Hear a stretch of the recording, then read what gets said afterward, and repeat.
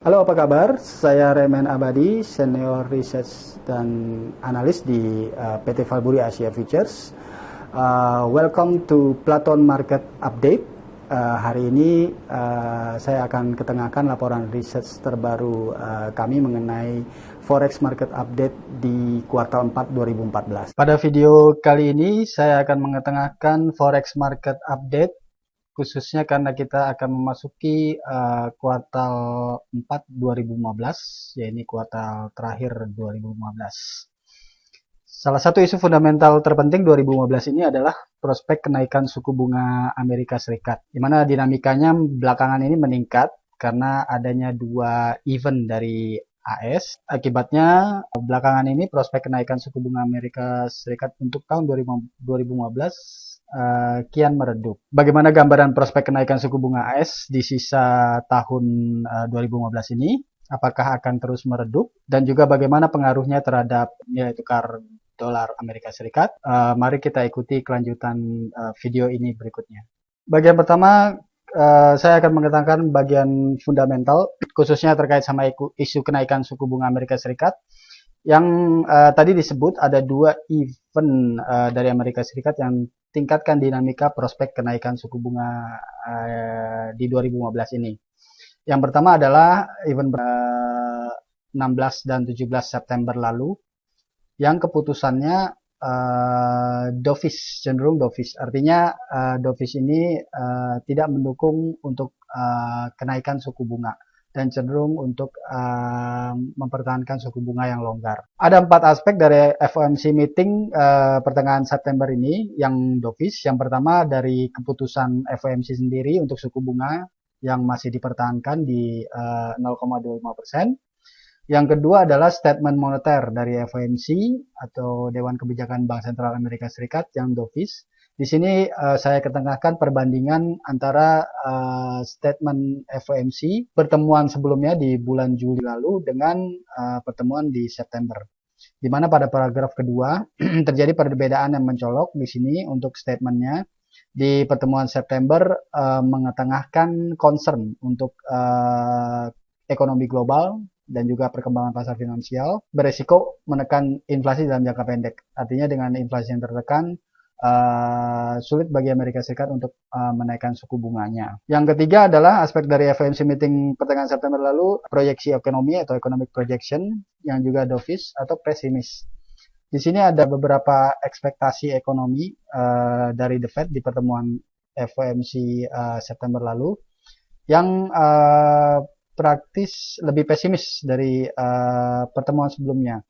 Di sini yang terlihat optimis dari GDP adalah di pertemuan September dengan Juni perbandingannya ini di GDP untuk 2015 masih relatif optimis 1,9% di pertemuan FOMC Juni lalu dan 2,1% di pertemuan FOMC September ini. Jadi ada kenaikan untuk 2015 di proyeksi GDP.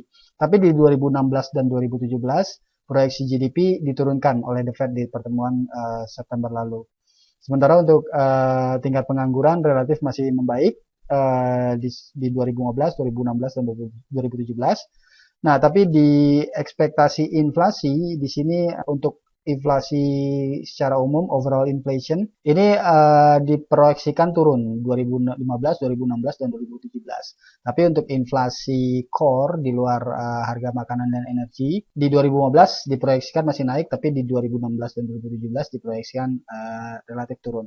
Secara umum dari aspek ketiga FOMC meeting ini untuk economic projection pesimis, hanya mengetengahkan tingkat pengangguran ataupun data tenaga kerja yang membaik. Sementara untuk pertumbuhan ekonomi dan inflasi relatif masih diperkirakan lebih pesimis dibandingkan pertemuan FOMC Juni sebelumnya. Aspek keempat untuk FOMC meeting September lalu yang cenderung dovish adalah dikenal dengan istilah di kalangan bank sentral adalah dot plot.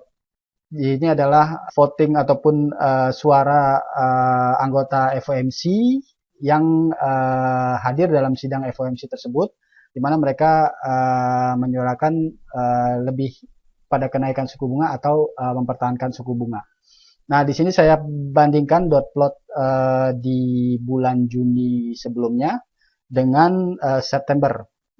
Yang menjadi titik perbedaan adalah di level suku bunga saat ini. Jadi di sekitar 0%, 0,25 hingga minus 0,25 range-nya. Di mana di pertemuan Juni lalu hanya 2 anggota The Fed, anggota FOMC dari 17 anggota FOMC yang bersidang yang menyuarakan suku bunga untuk dipertahankan level range 0%. Sementara di pertemuan September ini 4 anggota FOMC yang menyuarakan suku bunga dipertahankan di sekitar 0%, bahkan satu orang menyuarakan suku bunga agar diturunkan di area minus di bawah 0%. Jadi di sini ada peningkatan dari anggota FOMC yang menyuarakan suku bunga untuk dipertahankan di level saat ini. Event berikut dari Amerika Serikat yang membuat prospek suku bunga Amerika Serikat meredup untuk 2015 ini adalah data. Di sini adalah data tenaga kerja non-farm payrolls, yaitu penyerapan angka tenaga kerja untuk sektor di luar pertanian, di mana dalam 2 bulan terakhir, Agustus dan September, dirilis di bawah 200.000.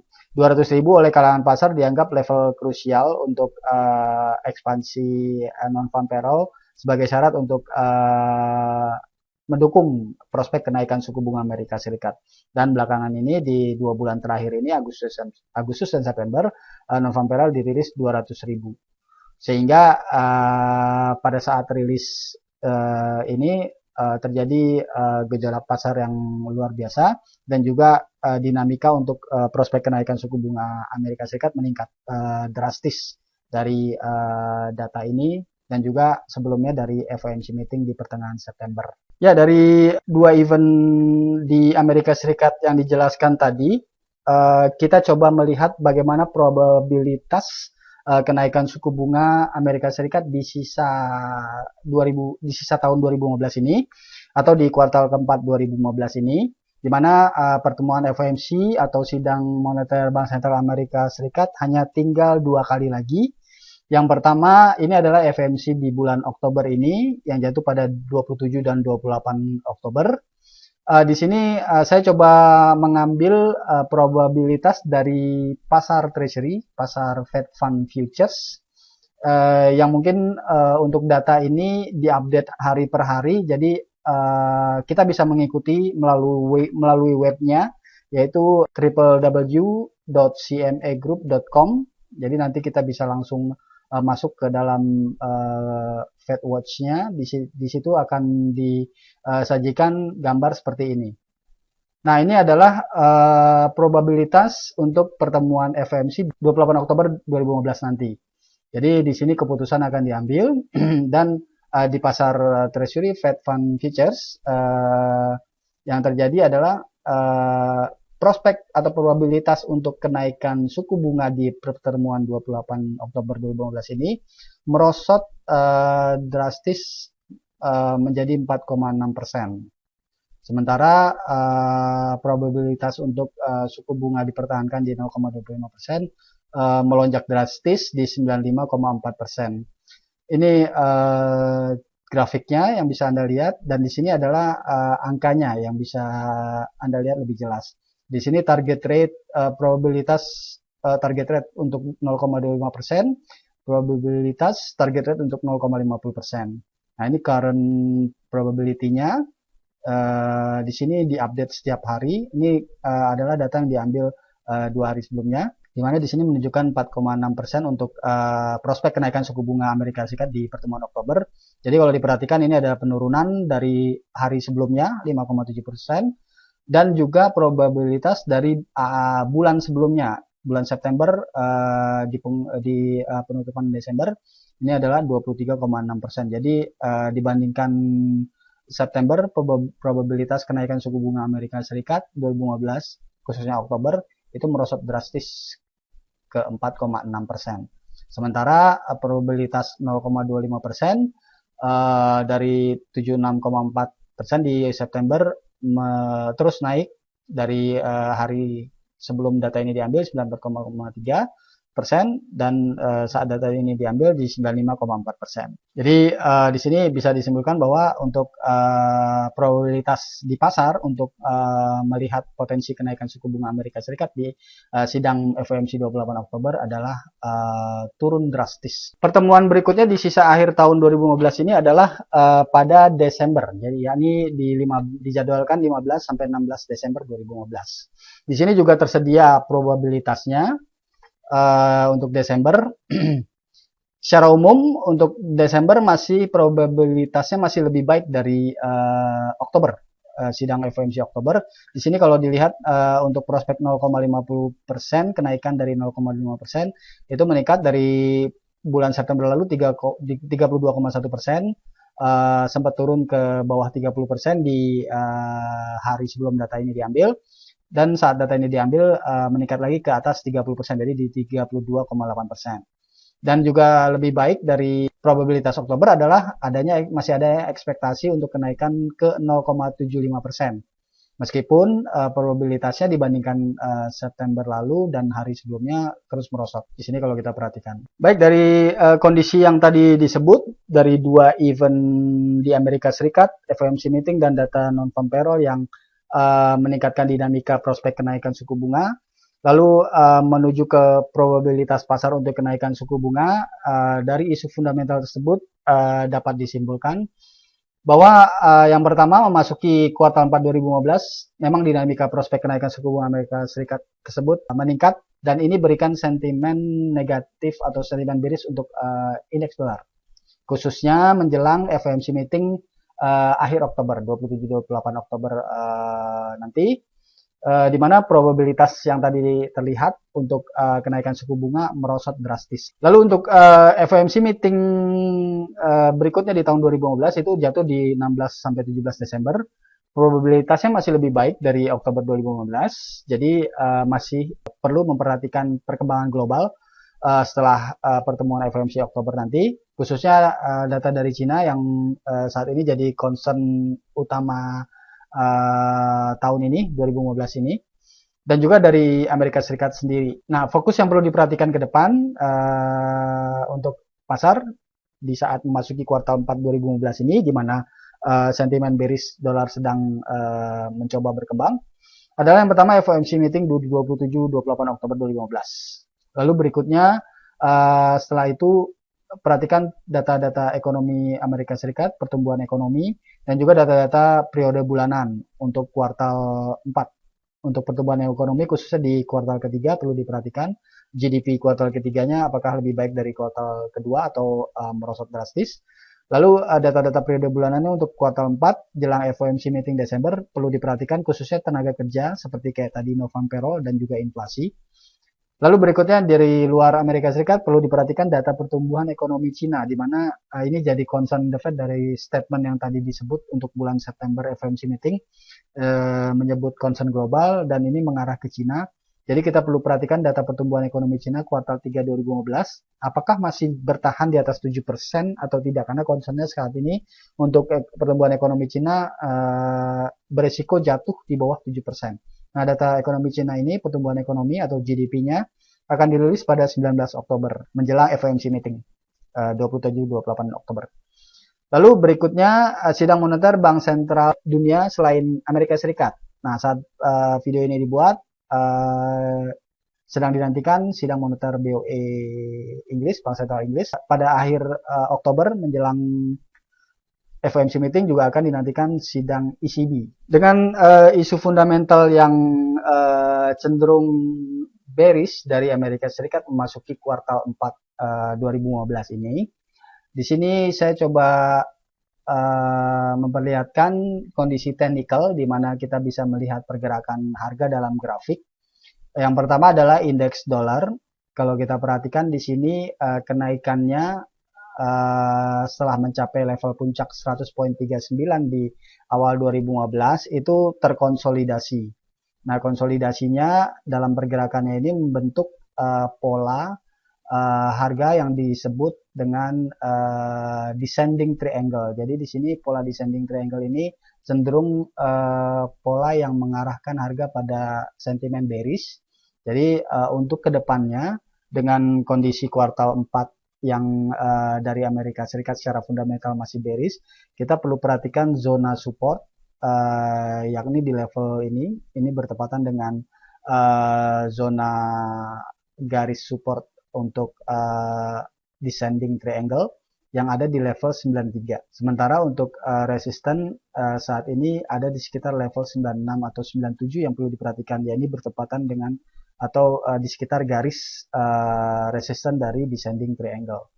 Nah, yang utama perlu diamati adalah support karena sentimennya memasuki kuartal 4 untuk indeks dolar, terutama dari prospek kenaikan suku bunga cenderung bearish. Jadi kita perlu perhatikan zona 93 apakah masih akan bertahan atau akan tembus, karena untuk kedepannya kalau memang suku bunga Amerika Serikat di Oktober dan Desember tidak jadi diturunkan, kemungkinan sentimen bearishnya bakal meningkat dan ini bisa menekan indeks dolar menguji ataupun menembus zona support dari descending triangle di 93 ini.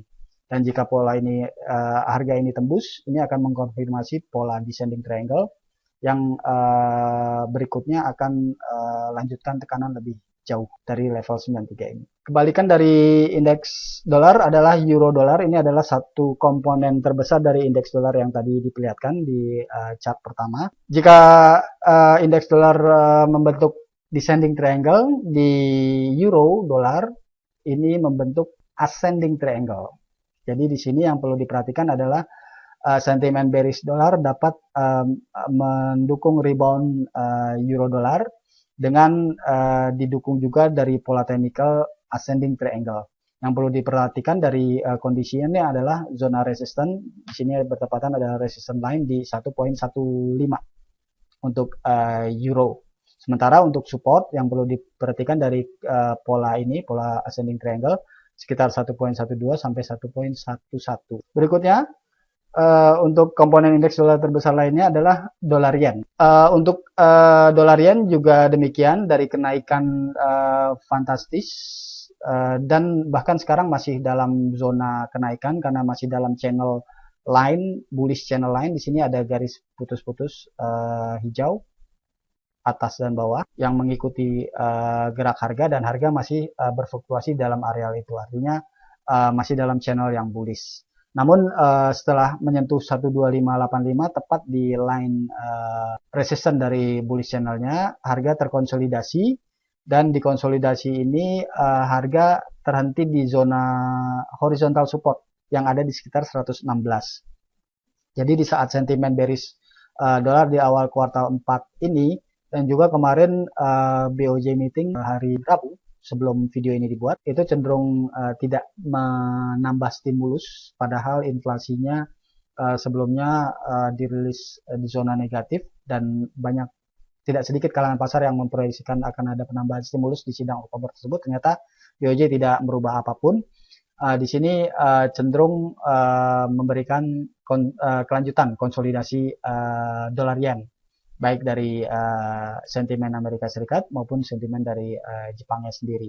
Nah, untuk kedepannya di Oktober ini, di awal kuartal 4 2015 ini, menjelang sidang FOMC 28 Oktober nanti, perlu diperhatikan zona support line dari dolar yen di 116 yang akan menentukan indikasi gerak harga selanjutnya. Selama masih efektif, artinya masih tersupport untuk naik lebih lanjut dan bertahan di bullish channelnya. Tapi jika break, ini sekaligus juga akan break bullish channelnya dan dapat memberikan potensi koreksi atau konsolidasi lebih jauh lagi ke depannya. Jadi sekali lagi menarik untuk memperhatikan 116 untuk dolar yen sebagai support line saat ini di kuartal 4 2015. Berikutnya adalah pound sterling. Di sini juga mengetengahkan pergerakan pound sterling potensinya untuk kuartal keempat untuk 2015 maksudnya. Jadi kalau diperhatikan praktis sejak turun di bawah 1.48 ini, gerak pound sterling cenderung konsolidasi rebound, namun dibayangi fluktuasi hingga ke zona 51, dan saat ini bertahan lagi di atas 51 untuk gerak kenaikan di Oktober ini. di awal Oktober ini mencoba 53. Jadi untuk saat ini yang perlu diperhatikan di Pound adalah potensi untuk bangkit dari 51. Jadi zona support 51 perlu diperhatikan, dan geraknya belakangan ini setelah dekati 51 senantiasa mencoba ke atas range 56 sampai 59 dengan resisten di 59. Jadi zona 51 sampai 59 perlu diperhatikan untuk pound sterling di kuartal 4 2015 ini, khususnya di awal kuartal 4 ini sentimen bearish dolar cukup dominan, sehingga perlu diperhatikan rebound dari zona 1.51. Chart berikut yang terakhir adalah Canadian dollar, salah satu komponen dari indeks dolar lainnya. Yang di sini perlu diperhatikan adalah kenaikan mencapai 1.3455 untuk hingga September kemarin di kuartal 3 2015. Lalu terkonsolidasi cukup signifikan dari level tersebut, dan saat ini dekati zona support line di 1.28 untuk Canadian dollar, USD dan terhadap Canadian dollar. Jadi dengan sentimen bearish dolar di kuartal 4 2015 ini, untuk USD Canadian dollar perlu diperhatikan konsolidasi dengan support di 1.28.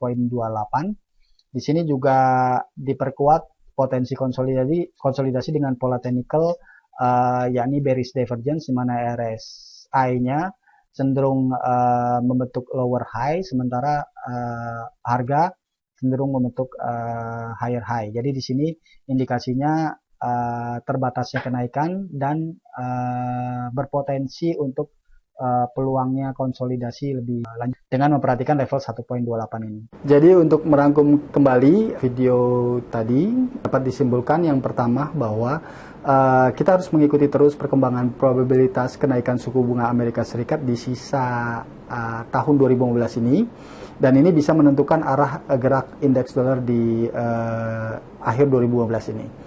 Yang kedua, waspadai sentimen bearish dolar Amerika Serikat di awal kuartal 4 2015 ini, dan perhatikan zona support dalam weekly chart yang tadi ditampilkan.